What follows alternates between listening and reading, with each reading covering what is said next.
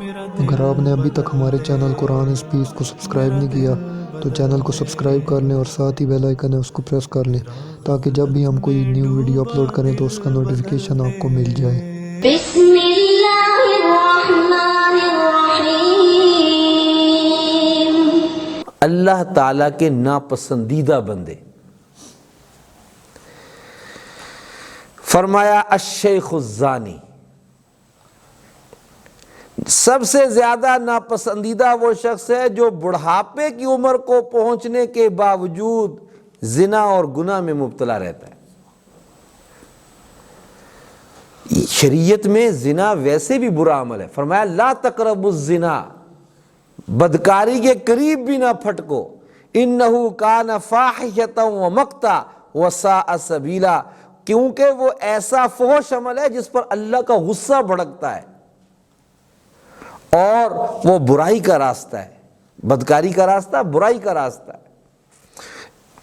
ایمان اور بدکاری دونوں جمع نہیں ہو سکتے۔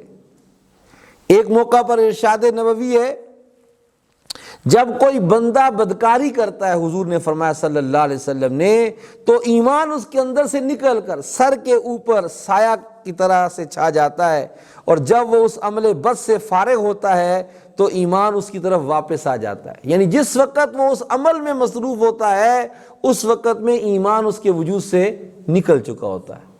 کتنی بڑی نحوست ہے۔ اگر اسی حالت میں اس کو موت واقع ہو جائے تو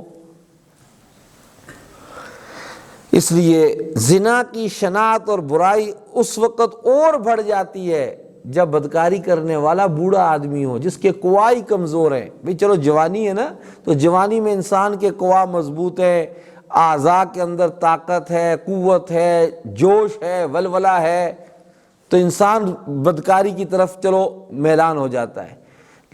ہونا تو پھر بھی نہیں چاہیے، لیکن بالآخر چلو کیونکہ اعضاء ہو سکتا ہے۔ لیکن ایک آدمی بوڑھا ہو گیا، پرانا سال ہو چکا ہے، اب ٹانگیں قبر میں ہیں، جس طرح جسے ہمارے مفہوم میں کہا جاتا ہے، محاورے میں کہا جاتا ہے، پھر بھی اس کی سوچ ایسی ہو تو اس کا مطلب ہے کہ اس کا باطن بڑا خبیث ہے اور اس کی شیطانی مزاج اس کے اندر پایا جاتا ہے، وہ شیطانی مزاج رکھنے والا انسان ہے۔ تو نبی اکرم صلی اللہ تعالی علیہ وسلم نے فرمایا یہ شخص اللہ کو انتہائی ناپسندیدہ ہے۔ دوسرا فرمایا حضور صلی اللہ علیہ وسلم الفقیر المحتال، ایسا شخص جو فقر و فاقے اور غربت میں مبتلا ہونے کے باوجود غرور اور تکبر کرتا ہے، اکڑ اکڑ کے چلتا ہے، کھانے کو کچھ بھی نہیں، اور آسمان جو ہے وہ دماغ جو ہے وہ چوتھے آسمان کی سیر کرتا ہے، نیچے قدم ہی نہیں رکھتا۔ بھئی اللہ نے مال دیا ہو، تمنگری دی ہوئی ہو، تکبر تو پھر بھی برا ہے۔ اللہ تعالیٰ کو متکبر انسان پسند نہیں ہے۔ ان اللہ لا يحب المتکبرین، بے شک اللہ تعالیٰ نہیں پسند کرتے تکبر کرنے والوں کو۔ قرآن پاک میں اللہ تعالیٰ فرمایا فبئس مثوى المتکبرین، آخرت میں تکبر کرنے والوں کے لیے برا ٹھکانہ ہے۔ فرمایا ایک موقع پر ولا تمشی فی الارض مرحا، زمین پر اکڑ اکڑ کر مت چلو، انک لن تخرق الارض ولن تبلغ الجبال طولا، کیونکہ تمہارے پیر کی دھمک سے زمین پر گڑا نہیں پڑے گا اور نہ گردن کے اکڑانے کی وجہ سے تم پہاڑ سے اونچے ہو سکو گے، ایسا نہیں ہو سکتا۔ اور ایک روایت میں حضور صلی اللہ علیہ وسلم نے ارشاد فرمایا لا يدخل الجنت احد فی قلبہ مثقال حبۃ من خردل من کبر، مسلم شریف کی روایت ہے، حضور اکرم صلی اللہ علیہ وسلم نے ارشاد فرمایا کوئی بھی انسان جنت میں داخل نہیں ہوگا جس کے دل میں رائی کے دانے کے برابر بھی تکبر ہوا۔ تکبر تو ویسے برا ہے، لیکن چلو کچھ صفات ہوں تو بندہ کچھ دکھائے تو کوئی بات بھی بنتی ہے۔ بندے کے پلے کچھ بھی نہ ہو، نہ آواز ہے، نہ زبانی کچھ یاد ہے، اچھا نہ حسن ہے، اچھا نہ مال ہے، کچھ بھی نہیں، اور دماغ جو ہے وہ چوتھے آسمان پر چل رہا ہو، تو یہ تو انتہائی برا ہے۔ چلو انسان کسی صفات کے ساتھ متصف ہے، اللہ نے اس کو حسن و جمال عطا کیا ہے، اللہ نے مال و دولت عطا کی ہے، اللہ رب العزت نے اور کوئی نعمتیں عطا کی، چلو پھر بھی کچھ نہ کچھ کرتا ہے، تو ہے یہ بھی برا لیکن چلو پھر بھی گزارا کرتا ہے، لیکن ہے ہی کچھ نہیں اور پھر بھی تکبر کرتا ہے، تو فرمایا یہ اللہ کو بہت ناپسندیدہ انسان ہے۔ دو باتیں۔ تیسرا فرمایا الغنی الظلوم، اللہ تعالیٰ اس شخص سے بھی نفرت کرتے ہیں جس کو اس نے غنی بنایا ہو، مال و دولت اور طرح طرح کی نعمتوں سے اس کو مالا مال کیا ہو، لیکن وہ شکر خداوندی کو بجا لانے اور تواضع اور انکساری کو اپنانے کی بجائے ظلم و ستم کرنے لگے۔ ہاں، دیا ہوا کس کا ہے؟ اللہ تعالیٰ کا۔ تو ہونا کیا چاہیے کہ اللہ کا شکر ادا کریں۔ شکر کیا ہوتا ہے؟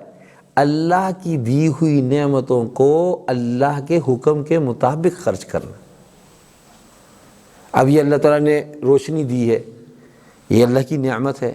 اللہ رب العزت نے ہمیں بولنے کے لیے زبان عطا کی، اللہ تعالیٰ کی نعمت ہے۔ اللہ تعالیٰ نے پوری دنیا میں پھیلانے کے لیے آلات عطا کیے ہیں، یہ اللہ کی نعمت ہے۔ اب ان نعمتوں کو اللہ تعالیٰ کی نافرمانی میں ہم خرچ کریں تو یہ کیا ہے؟ یہ ظلم ہے۔ اور شکر کیا ہے؟ ان کو اللہ تعالیٰ کے حکموں کے مطابق خرچ کریں تو یہ اللہ تعالیٰ کا شکر ادا کرنا ہے، نعمتوں کا شکر ادا کرنا ہے۔ فرمایا ایک روایت میں مسلمان بھائی کی مدد اور تعاون کرنے کی فضیلت ذکر کرتے ہوئے حضور نے ارشاد فرمایا صلی اللہ علیہ وسلم نے، اللہ رب العزت اپنے بندے کی اس وقت تک مدد کرتا رہتا ہے جب تک کہ وہ بندہ اپنے مسلمان بھائی کے تعاون میں مشغول رہتا ہے۔ اسی طرح ایک روایت میں نبی کریم صلی اللہ علیہ وسلم ظلم و ستم اور ناانصافی کی شناعت بیان کرتے ہوئے ارشاد فرماتے، الظلم ظلمات یوم القیامہ، ظلم قیامت کے دن ظالم کے لیے اندھیرے اور تاریکی کا سبب بنے گا۔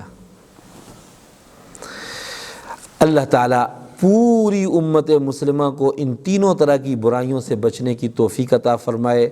ایک پہلی برائی کیا تھی کہ آدمی بوڑھا ہو کر بدکاری میں مبتلا ہو، جوانی میں بھی بدکاری سے بچنا چاہیے، پھر بڑھاپے میں تو بطریق اولا بچنا چاہیے۔ دوسرا فقیر اور تکبر کرنے والا، اور تیسرا مالدار اور ظلم کرنے والا۔ اللہ تعالیٰ ان تینوں برائیوں سے اللہ تعالیٰ حفاظت نصیب فرمائے۔ نعمت اللہ دے تو اللہ تعالیٰ قدردانی کی توفیق عطا فرمائے۔ آمین۔ اللہم لک الحمد۔